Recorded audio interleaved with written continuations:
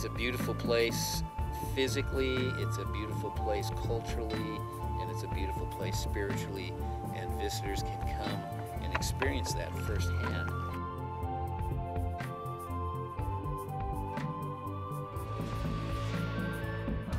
Well, the Rio Grande importance to the Native Americans, of course, is it's the source of water. It's the source of life for this desert region.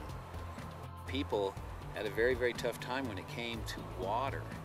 And so this was always, you could always find water here. You could always find the plants that you needed for your various purposes growing here because of the good source of water.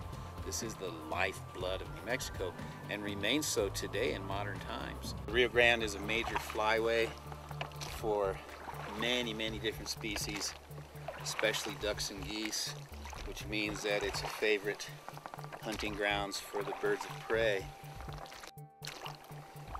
And of course, with the reintroduction of the river otter, we're always keeping our eye out for those little rascals. They're so much fun to see. They're so playful, and they like it here.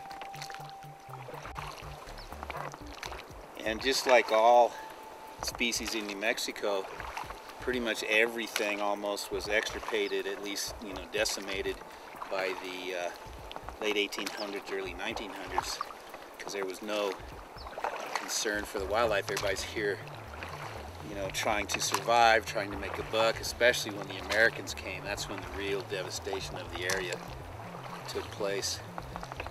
The Native American Indians and the Spanish have a certain connection and respect to the land and the wildlife, maintaining balance.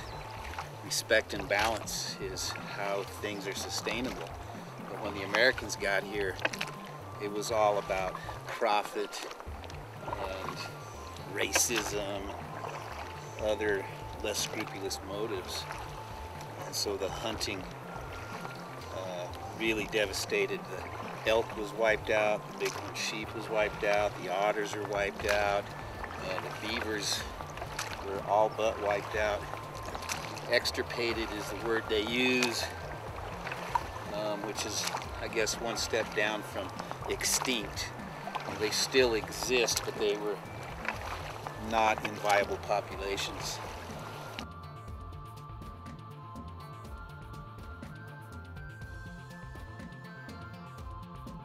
The human beings have been around this area for tens of thousands of years. The more they study, the more they realize that the people have been here for a very, very long time. They utilized the river for a lot of the stuff that they needed to survive, and a lot of the stuff for their more spiritual religious aspects also.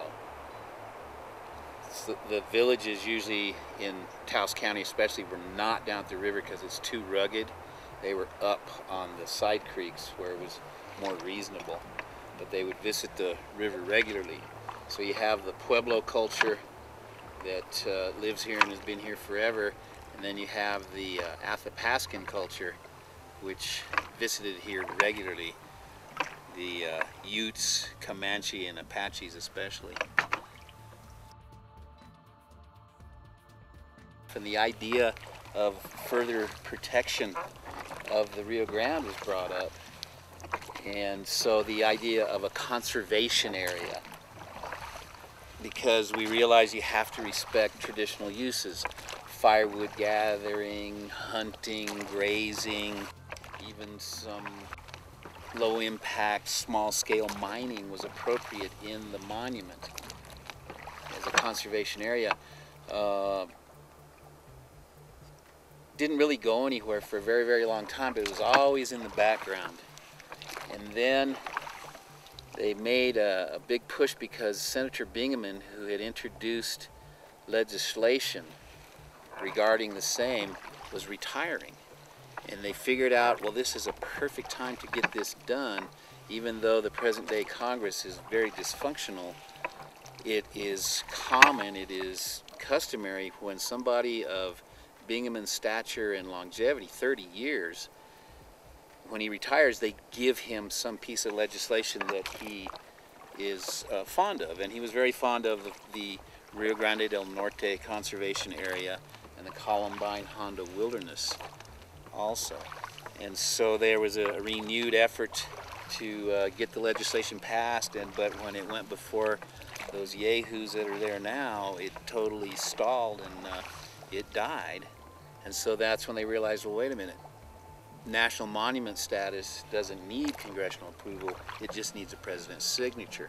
So that's when we started working on the Obama administration, and he was a little resistant at first, but then when all the facts came down, and it's a timing issue with Bingaman retiring, he had not signed very many protection bills, Obama hadn't, and this was a perfect opportunity for him. Because the fact of the matter is, the Rio Grande del Norte is in the middle of nowhere, and there's not a whole lot of human activity out there, so it wasn't impacting industry or municipalities or private land very much. So it was kind of a no-brainer, and he signed it on March 25th, and we're super, super happy that he did.